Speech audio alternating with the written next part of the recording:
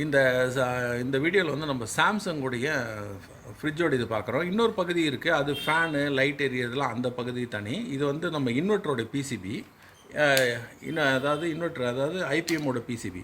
So இந்த related தான் இது வந்து லோடு காம்பனண்ட்டு. இந்த ரிலேட்டட் சர்க்கியூட்ஸில் ப்ராப்ளம் வந்தால் எப்படி ட்ரபிள் ஷூட் பண்ணுறது, இதை டயக்னோஸ் பண்ண போகிறோம். சரியா? ரைட். இதில் வந்து நம்ம ஆன் பண்ணிக்கிறோம் பவரை. ஸோ இதில் வந்து நம்ம வழக்கம் போல் வந்து ஏசி டு டிசி இதோடைய ஃப்ளோ வந்து வருது. டிசியில் ஒரே ஏசியில் வச்சுக்கிறேன். மீட்டர் மல்டிமீட்டரில் 205 காமிக்குது. 205 வேரியேஷன் ஆகுது. ரைட். 204 பாயிண்ட் சம்திங் காமிக்குது. அடுத்தது இதில் வந்து பிரிட்ஜ் ரெக்டிஃபையர் போகிறோம். பிரிட்ஜ் ரெக்டிஃபையரில் 280 காமிக்குது. ஸோ இதில் வந்து 2 கெப்பாசிட்டர் போட்டிருக்காங்க. ஸோ இந்த கெப்பாசிட்டரோட வேல்யூஸ் பார்த்தீங்கன்னா சீரீஸில் தான் போட்டிருக்காங்க. 281 காமிக்குது. 281 ஆல்மோஸ்ட் ஒரு 680 மைக்ரோஃபேரடில் 2 கெப்பாசிட்டர் போட்டிருக்காங்க. சரிங்களா? 280 காமிக்குது. ஸோ இப்போ இதற்கு அப்புறமா என்ன பண்ணியிருக்காங்க, ஒரு ஐசி ஒன்று போட்டிருக்காங்க. ஸோ டிரான்ஸ்ஃபார்மருக்கு பதிலாக என்ன பண்ணியிருக்காங்க, ஒரு ஐசி போட்டிருக்காங்க. இது இருக்குது இந்த ஐசி. இது என்ன ஆக போகுது, இது என்ன ஆக போகுதுன்னா ஜஸ்ட் வந்து இது டிசியாக குறைச்சி கொடுக்க போகுது. அதாவது 380 வந்து நமக்கு 15 வோல்ட்டாக கொடுக்க போகுது. ஸோ அதுக்கு தான் இந்த ஐசி யூஸ் பண்ணியிருக்காங்க. இதுக்கு பின் அவுட்லாம் டேட்டா ஷீட் இருக்குது. நான் இதை வந்து அப்படியே இந்த வீடியோலேயே நம்ம அதை பேசுவோம். ஸோ கிரவுண்டோட பாயிண்டில் வச்சுக்கிட்டு நான் கிரவுண்டு, பிரிட்ஜோட கிரவுண்டு, ஸோ கிரவுண்டில் வச்சுக்கிறேன். ஸோ இதில் வந்து பார்த்திங்கன்னா நம்ம இந்த ஐசியோட பின் அவுட் இருக்குது. அதாவது இதில் சோர்ஸ் ரெண்டுமே இருக்குது. ட்ரெயின் வந்து இன்புட்டு. So 280 input. அவுட்புட் பார்த்தீங்கன்னா சோர்ஸு 15.61 வோல்ட் வருது. ஸோ 15.61 வந்து நமக்கு இங்கே இந்த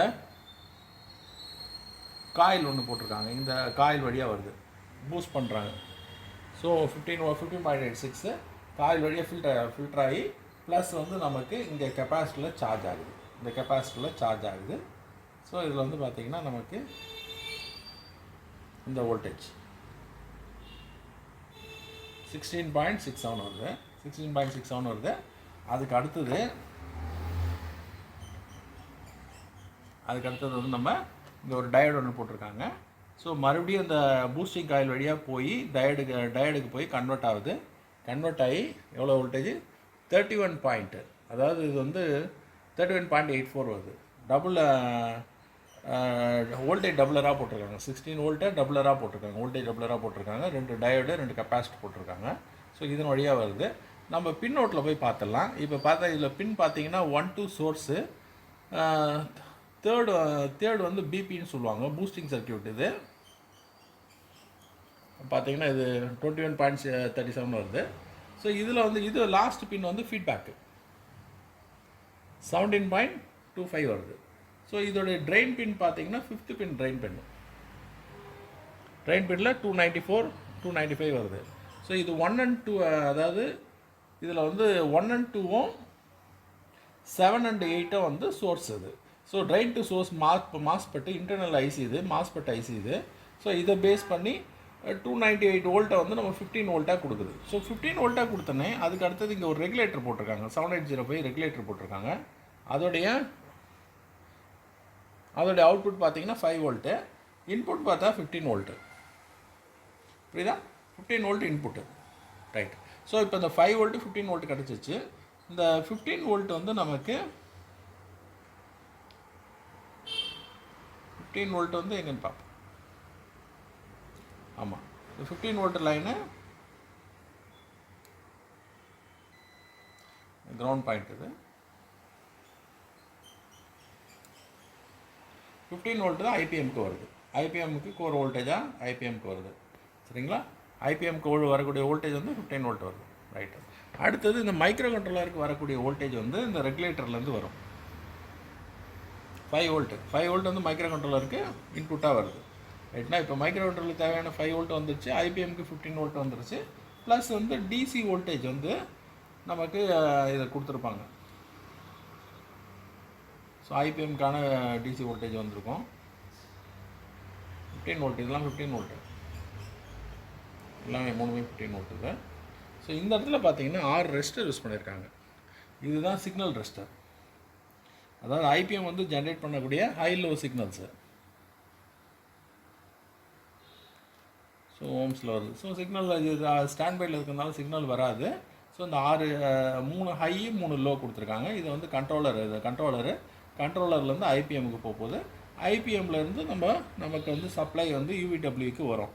யூவிடபிள்யூக்கு வர்றது இப்போ ஸ்டாண்ட் பை மோடில் இருக்கிறதுனால ஒரு 11.35 வோல்ட் வரும். ஸ்டாண்ட் பையில் இருக்கிறதுனால 11.35 வரும்.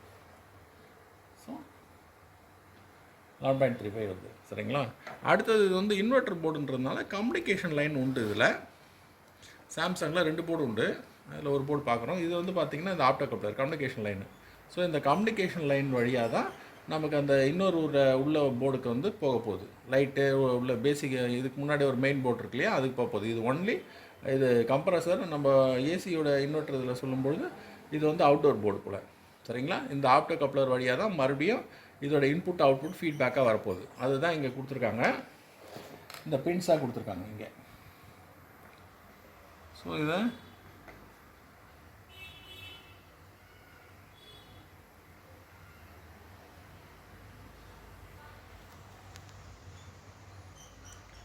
இது வந்து 15 வோல்ட்டு. ஆப்டோ கப்ளரில் பார்த்தீங்கன்னா நமக்கு ஸோ ஆப்டோ கப்ளரில் வந்து பேசிக் வோல்டேஜ் வந்து வோல்டேஜ் வரும். சரிதான்.